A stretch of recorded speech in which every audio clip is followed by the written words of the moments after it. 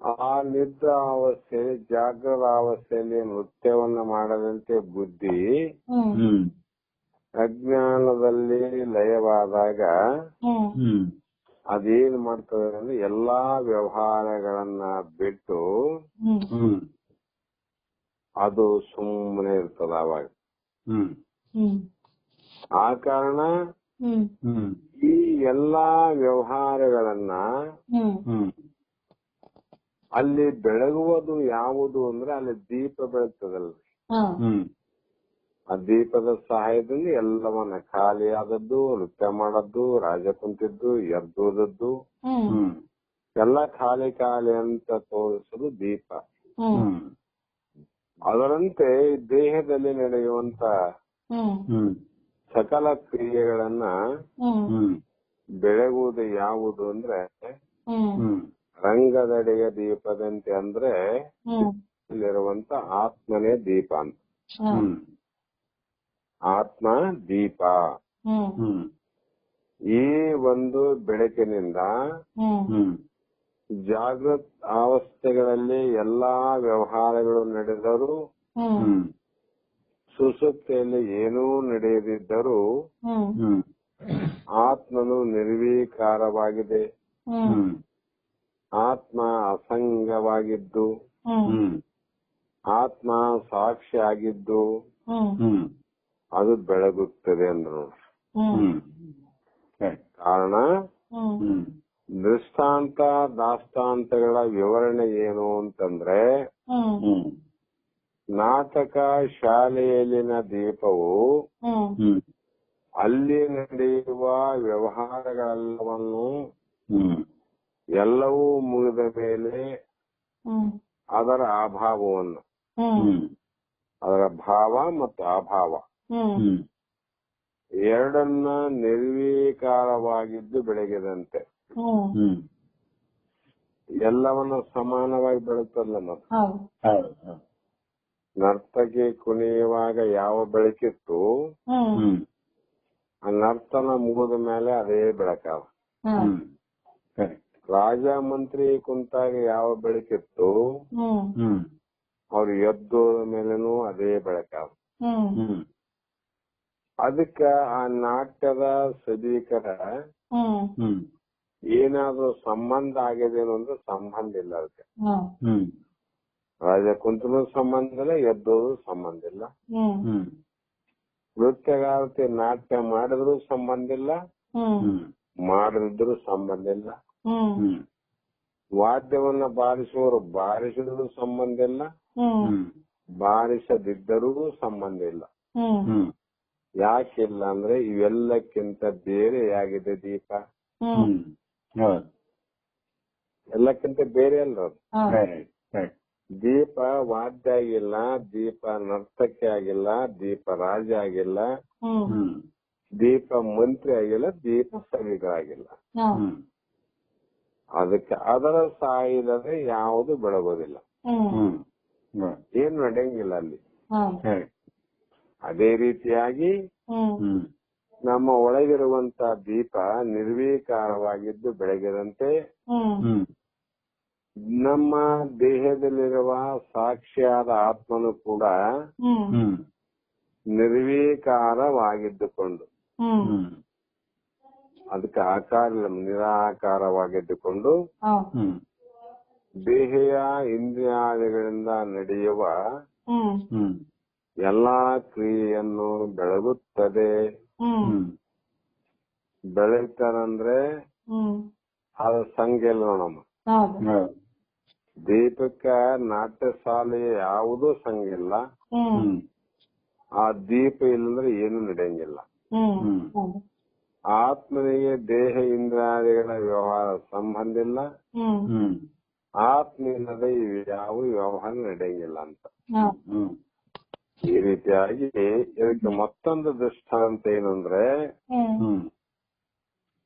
ಶ್ರೀ ಶಂಕರ ಆಚಾರ್ಯರು ಶ್ರೀ ದಕ್ಷಿಣಾಮೂರ್ತಿ ಸ್ತೋತ್ರದಲ್ಲಿ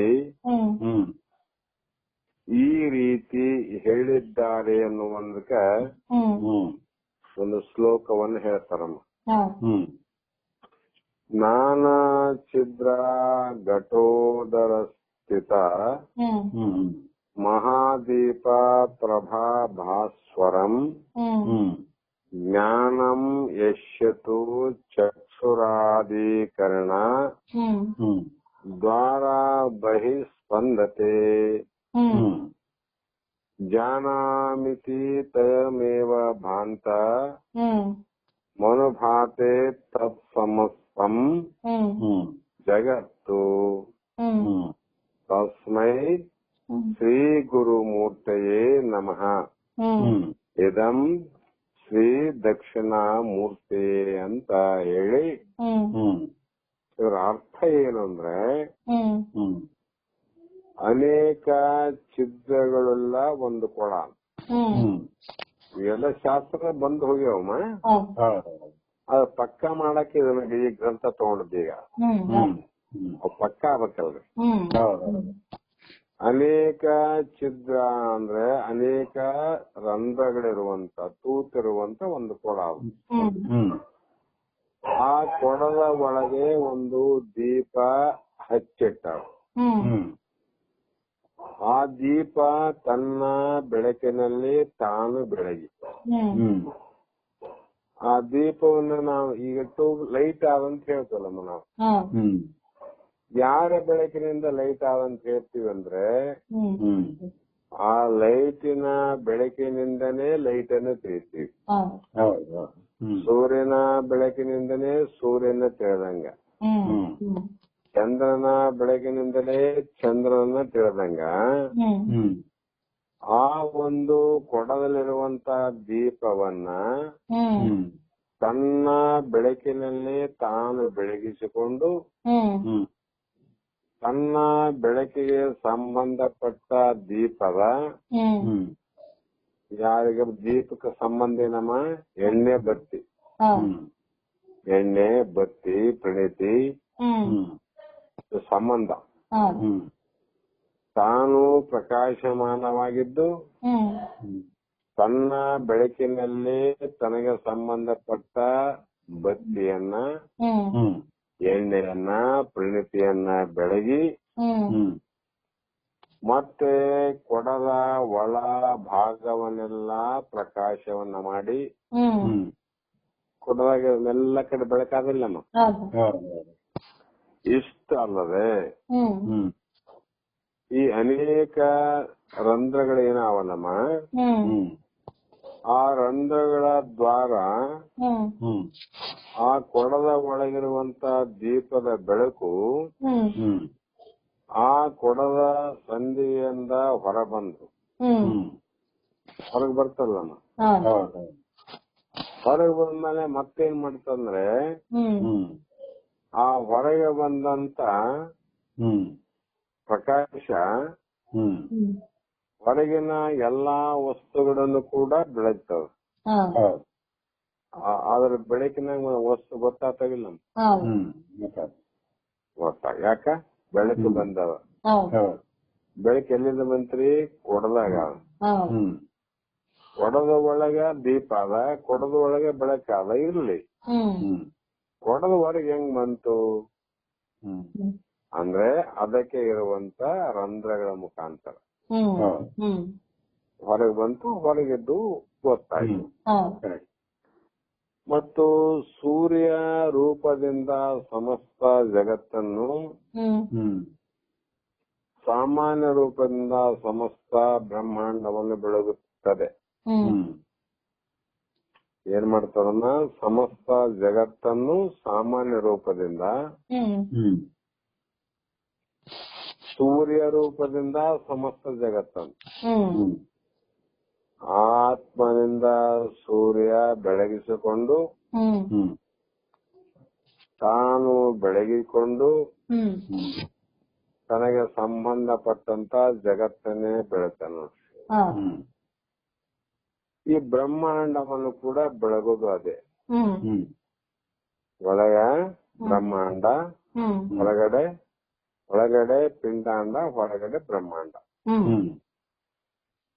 ಇದಕ್ಕೆ ದೃಷ್ಟಾಂತ ಏನ್ರಿ ಅಂತ ಕೇಳಿದ್ರೆ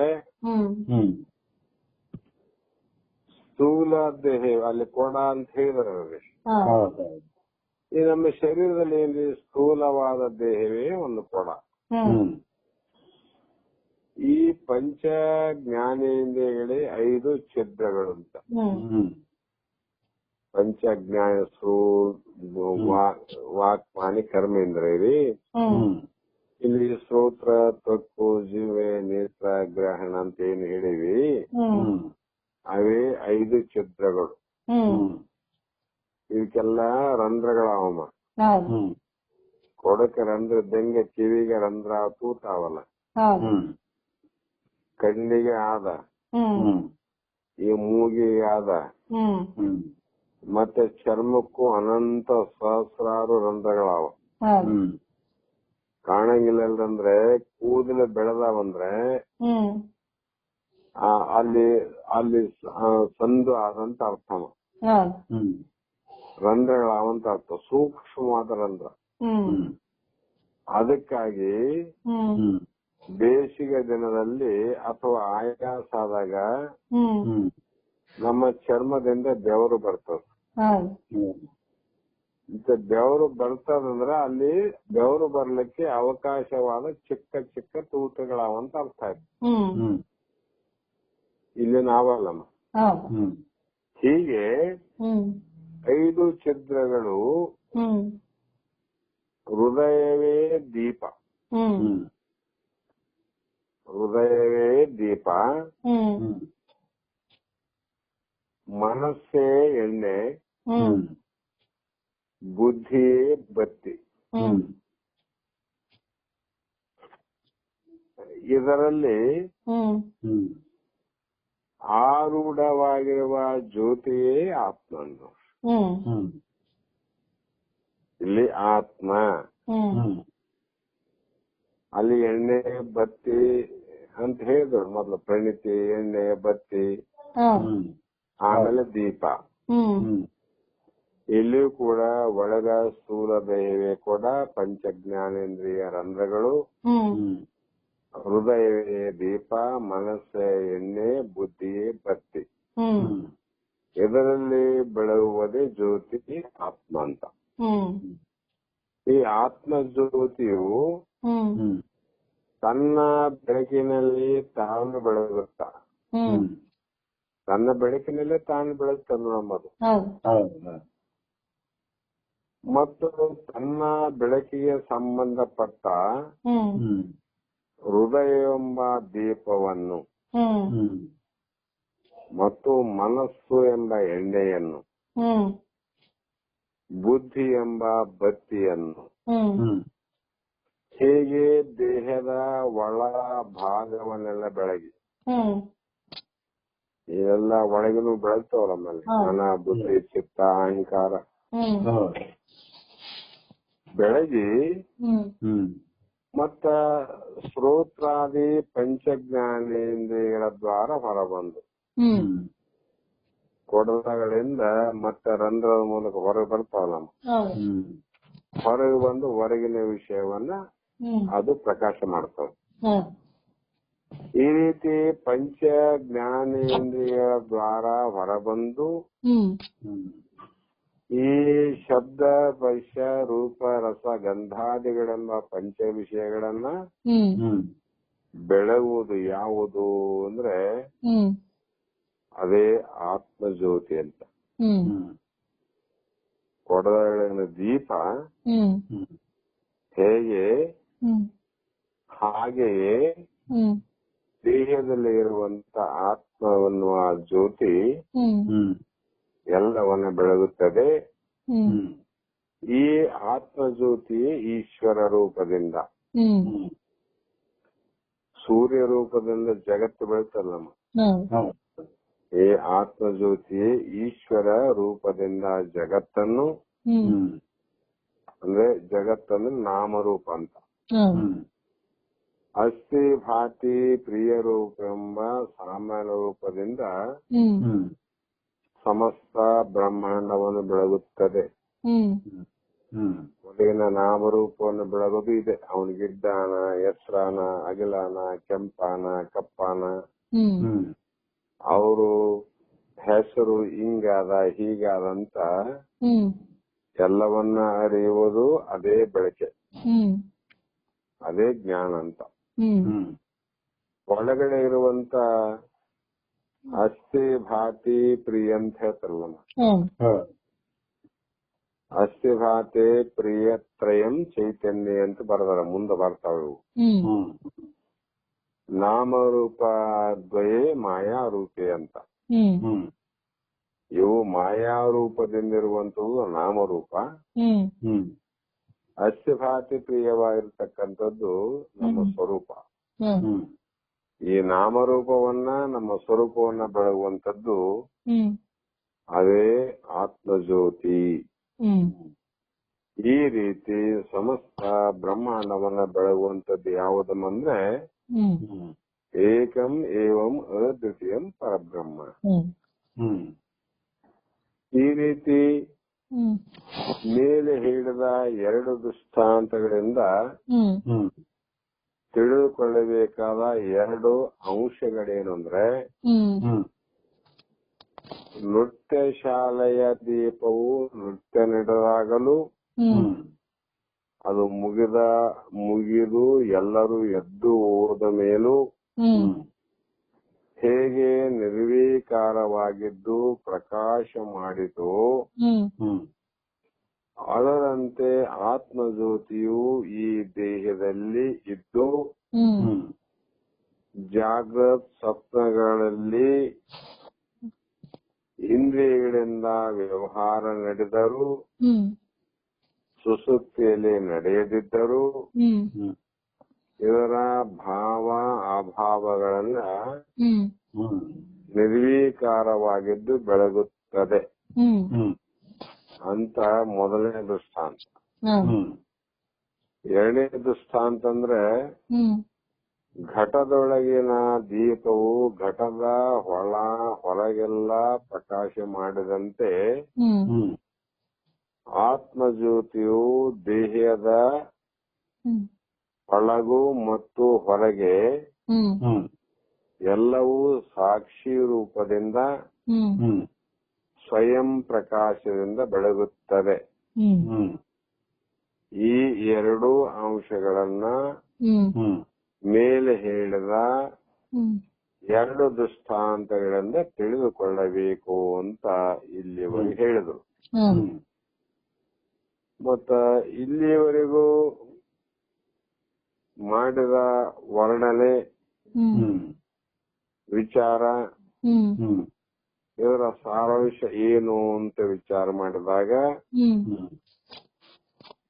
ದೀಪಕ್ಕೆ ಬೆಳಗುವುದು ಹೇಗೆ ಸ್ವಭಾವವು, ಯಾವುದೇ ದೀಪ ಹಚ್ಚರಮ್ಮ ಅದಕ್ಕ ಎಳ್ಳೆಣ್ಣೆನೆ ಹಾಕ್ಲಿ, ಒಳ್ಳೆಣ್ಣೆನೆ ಹಾಕ್ಲಿ, ತುಪ್ಪದ ದೀಪನೇ ಹಚ್ಚಲಿ, ಪರಿಣಿತಿ ಬಂಗಾರದೇ ಇರ್ಲಿ, ಪರಿಣಿತಿ ಬೆಳ್ಳಿದ್ದೇ ಇರ್ಲಿ, ಪರಿಣಿತಿ ಮಣ್ಣಿಂದೇ ಇರ್ಲಿ, ಆದ್ರೆ ಇಷ್ಟರ ಒಳಗೆಲ್ಲ ಹಚ್ಚಿದಂತ ದೀಪ ಅದು ಸ್ವಭಾವ ಏನಮ್ಮ ಅಂತ ವಿಚಾರ ಮಾಡಿದ್ರೆ, ಬೆಳಗುವುದೇ ಅದರ ಸ್ವಭಾವ, ಬೆಳಕನ್ನ ಕೊಡುವುದೇ ಅದರ ಸ್ವಭಾವ. ನೋಡ್ರಿ, ಯಾವ ದೀಪ ಹಚ್ಚ್ರಿ, ಯಾವ ಎಣ್ಣೆನ ಹಾಕ್ರಿ, ಯಾವ ಪರಿಣಿತಿಯನ್ನು ಹಾಕ್ರಿ, ಆದ್ರೆ ಎಲ್ಲಾ ಪರಿಣಿತಿಯಲ್ಲಿ ಎಲ್ಲಾ ಎಣ್ಣೆಯಲ್ಲಿ ಉದ್ಭವವಾದಂತ ದೀಪ ಅದು ಬೆಳಕನ್ನೇ ಕೊಡುವುದು ವಿನಃ ಮತ್ತೊಂದು ಕ್ರಿಯೆಯನ್ನು ಮಾಡೋದಿಲ್ಲ. ಹಾಗೆ ಆತ್ಮನಿಗೆ ಅರಿಯುವುದೇ ಸ್ವಭಾವ, ದೀಪ ಬೆಳಗುವುದೇ ಅದರ ಸ್ವಭಾವ, ಅಂದ್ರೆ ಅದರ ಧರ್ಮ ಅಂತ. ಆತ್ಮನಿಗೆ ಎಲ್ಲವನ್ನ ಅರಿಯುವುದೇ ಅದರ ಧರ್ಮ ಅಥವಾ ಸ್ವಭಾವ ಅಂತ. ಆದ್ದರಿಂದ ಸ್ವಯಂ ಪ್ರಕಾಶನಾದ ಆತ್ಮನು ಜಡವಾಗಿಲ್ಲ, ಚೇತನವಾಗಿದ್ದಾನೆ. ಏನಾಯ್ತಮ್ಮ ಅರ್ಥ? ಸ್ವಯಂ ಇತರ ಗತಿ ಶೂನ್ಯತ್ವಂ ಜಡತ್ವಂ. ಆದ್ರೆ ಇವನು ತನ್ನನ್ನ ತಾನು ಅರಿತಾನ, ತನ್ನ ಮುಂದೆ ಇದ್ದಂತ ಎಲ್ಲವನ್ನ ತಿಳಿಯುತ್ತಾನೆಂದ್ರೆ ಚೇತನವಾಗಿದ್ದಾನೆ. ಯಾರು? ಆತ್ಮ. ಸೂಕ್ಷ್ಮ ದೇಹವು ತನ್ನನ್ನು ತಾನು ಅರಿಯುವುದಿಲ್ಲ, ಅನ್ಯವನ್ನು ತಿಳಿಯುವುದಿಲ್ಲವಾದ್ದರಿಂದ ಸ್ಥೂಲ ದೇಹ ಹೇಗೆ ಜಡವಾಗಿದೆಯೋ ಅದೇ ಪ್ರಕಾರವಾಗಿ ಸೂಕ್ಷ್ಮ ದೇಹ ಕೂಡ ಜಡವಾಗಿದೆ. ಅದು ತನ್ನ ತಾನು ತಿಳಿಯಂಗಿಲ್ಲ, ಬೇರೆದನ್ನು ತಿಳಿಯುವಂತ ಶಕ್ತಿ ಇಲ್ಲದಕ್ಕೆ, ಚೇತನ ಇಲ್ಲದ ಕಾರಣ ಅದು ಜಡ. ಆದರೆ ನೀನು ಜಡವಾದ ಸ್ಥೂಲ ದೇಹ ಅಲ್ಲ, ಅದರಂತೆ ಜಡವಾದ ಸೂಕ್ಷ್ಮ ದೇಹ ಕೂಡ ನೀನಲ್ಲ ಅನ್ನುವಂತ ವಿಚಾರವನ್ನ ಇಲ್ಲಿ ಹೇಳ್ತಾ ಬಂದ್ರಮ್ಮ. ಮತ್ತ ನಾಳೆ ದಿನ ಈ ಸೂಕ್ಷ್ಮ ದೇಹ ನಾನಲ್ಲ ಅಂತ ಅರ್ಥ ಆಯ್ತಲ್ಲಮ್ಮ. ಮತ್ತೆ ಇದು ನನ್ನದು ಅಲ್ಲ, ಅನುಭವ ಬಂದದ ಈಗ. ಅಂದ್ರೆ ಈ ಸೂಕ್ಷ್ಮ ದೇಹ ನಾನಲ್ಲ, ನನ್ನದಲ್ಲ ಅಂದ್ರೆ ಈ ಸೂಕ್ಷ್ಮ ದೇಹಕ್ಕಿಂತ ಬೇರೆ ಅಂದ್ರೆ ವಿಲಕ್ಷಣವಾಗಿ ನಾನು ಇದ್ದೇನೆ ಅನ್ನುವುದು ಹೇಗೆ ತಿಳಿದುಕೊಳ್ಳಬೇಕು? ಸ್ಥೂಲ ದೇಹಕ್ಕೆ ಬೇರೆ ಸೂಕ್ಷ್ಮ ಅಂತ ಅರ್ಥ ಆಯ್ತು, ಸೂಕ್ಷ್ಮತನು. ಈಗ ಸೂಕ್ಷ್ಮತನವನ್ನ ತಿಳಿತೀನಂದ್ರೆ ನಾನು ಸೂಕ್ಷ್ಮ ತನುವಿಗಿಂತ ಬೇರೆಯಾಗಿದ್ದೇನೆ. ಅದನ್ನ ಹೇಗೆ ತಿಳಿದುಕೊಳ್ಳಬೇಕು ಅಂತ ವಿಚಾರ ಮಾಡಿದಾಗ ಈ ಸೂಕ್ಷ್ಮ ದೇಹ ಸ್ಥೂಲ ದೇಹದಂತೆ ದೃಶ್ಯ ಅದ.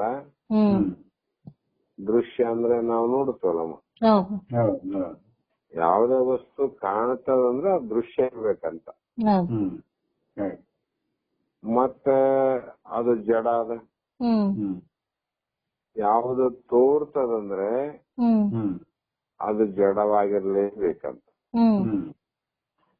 ಮತ್ತೆ ಅದು ವಿಕಾರಿಯಾಗಿದೆ. ಯಾಕೆ ವಿಕಾರಿ ಅಂದ್ರೆ ಈ ಸೂಕ್ಷ್ಮ ದೇಹ ಯಾವ ಕಾರಣ ದೇಹದಲ್ಲಿ ಇಲ್ಲ, ವಿಕಾರ ಆಯ್ತಲ್ರಿ. ಒಂದೇ ಕಾಲದಾಗಿರೋದು ಅಷ್ಟೇ.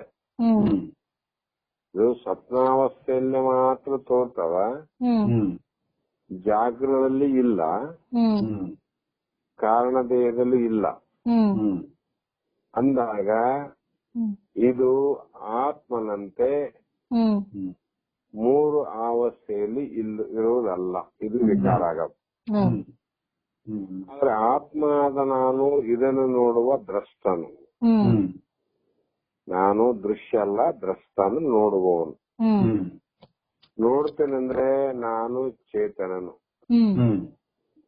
ಚೇತನ ಆದದಕ್ಕೆ ನಿರ್ವಿಕಾರಿ ಆಗಿದ್ದಿ. ಇದು ದೃಶ್ಯವಾದ್ದರಿಂದ ನಾನಲ್ಲ. ಇದು ಅಪಂಚಕೃತ ಪಂಚ ಮಹಾಭೂತಗಳ ಕಾರ್ಯವಾದುದರಿಂದ ಪಂಚಮಹಾಭೂತದ ಸ್ಥೂಲ ದೇಹ ಹೇಗಲ್ಲವೋ ಅದೇ ಪ್ರಕಾರ ಪಂಚಮಹಾಭೂತಗಳಿಂದ ಕಾರ್ಯವಾಗಿದೆ. ಅದಕ್ಕೆ ನಾನಲ್ಲ, ನನ್ನದಲ್ಲ, ನೀನಲ್ಲ, ನನ್ನದಲ್ಲ, ತಾನಲ್ಲ, ತನ್ನದಲ್ಲ. ತಾನ್ಯಾರು ಅಂದ್ರೆ ತಾನು ವಿಲಕ್ಷಣ ಆಗಿದ್ದೇನೆ. ದೀಪ ಬೇರೆಯಾಗಿದ್ದಂಗೆ ಆತ್ಮ ಬೇರೆಯಾಗಿದ್ದೇನೆ. ಘಟವನ್ನ ನೋಡುವವನು ಘಟಕ್ಕಿಂತ ಬೇರೆಯಾಗಿರುವಂತೆ ಸೂಕ್ಷ್ಮ ದೇಹವನ್ನು, ಇದರ ಭಾವ ಅಭಾವಗಳನ್ನ ತಿಳಿಯುವ ನಾನು ಇದಕ್ಕಿಂತ ಬೇರೆಯಾಗಿದ್ದೇನಂತ ಈ ರೀತಿ ಹೇಳಿ ನಾಳೆ ದಿನ ಮತ್ತೆ ಇದನ್ನ ಮುಂದುವರ್ಸೋಣ ಅಂತಕ್ಕಂತ ಮಾತನ್ನು ಹೇಳಿ ಇಲ್ಲಿಗೆ ಮಂಗಲವನ್ನು ಹೇಳೋಣಮ್ಮ. ಇವತ್ತಿನ ಅರ್ಥ ಸ್ಪಷ್ಟ ಆಗಲ್ಲಮ್ಮ. ಸ್ಪಷ್ಟ ಆಯ್ತು. ಇದರಿಂದ ಶಾಸ್ತ್ರ ಮತ್ತೆ ಪ್ರಾರಂಭ ಮಾಡಿ ಇನ್ನೊಂದು ಕಲಾತನ ಹೋಗ್ತದೆ. ಇದು ಪಂಚಭೂತಗಳ ಬಗ್ಗೆ ಇದು ಹೆಚ್ಚಾಗಿ ತತ್ವಗಳ ಬಗ್ಗೆನೇ ಇರ್ತಕ್ಕಂಥ ಗ್ರಂಥಮ. ಇವು ನಮಗ ಪಕ್ಕ ಆಯ್ತು ಅಂದ್ರೆ ಶಾಸ್ತ್ರ ಪಕ್ಕನೆ. ಅಂದ್ರೆ ಇವು ನಾನಲ್ಲ ಅಂತ ಆರಾಮಾಗಿ ತಿಳ್ಕೊಬಹುದಂತ. ಆ ಕಾರಣ ಅನುಕೂಲ ಆಗ್ತದ. ಬಹಳ ಚಂದ ಆತ್ರಿ. ಇವತ್ತು ನಾವು ಸ್ವಲ್ಪ ಮೀರ್ಯಾಪುರಕ್ಕೆ ಹೋಗಿದ್ದೇವ್ರಿ.